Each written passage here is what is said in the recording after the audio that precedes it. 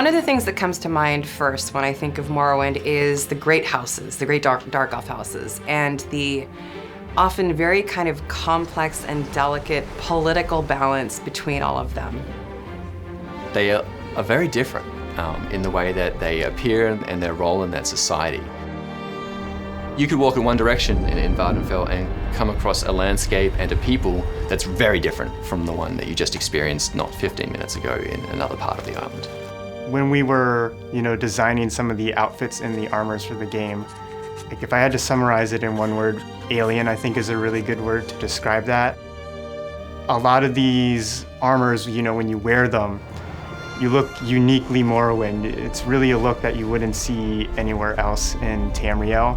We wanted to capture some of those armors that are really familiar to players, capture some of the classic nostalgia, and bring something that was familiar but definitely looks kind of alien. The creatures themselves, I think, did a really good job of also selling the world that you were in. You'll be wandering around, enjoying yourself in the environment. You hear that first sound and it's like, cliff racers. Where is it? I also really like the Quama and the Scrib. They're pretty cute for strange buggy creatures. Also in the Morrowind chapter, we had these very cute little creatures called the Vardvarks, which is a fun play on Vvardenfell and Aardvark. They're spiny-tongued, scaled little beasties that are somehow, despite all these things, adorable, pocket-sized. The fact that they were a failed Telvanni experiment just makes them even more fun. Then you get what they use for transportation quite often, the Silt Striders. Think the most disgusting flea and just magnify it by about 8 million. If you run up to it with your character, you're like looking way the hell up there. They are giant.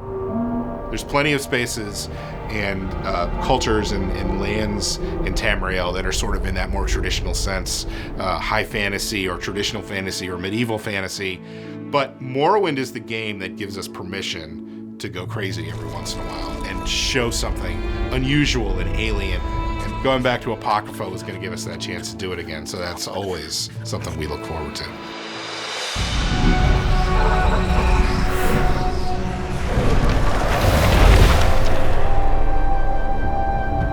The secret that sort of lies at the heart of every dark elf, that drive that makes them reach out for power, that is a thing that's part and parcel of the Telvanni.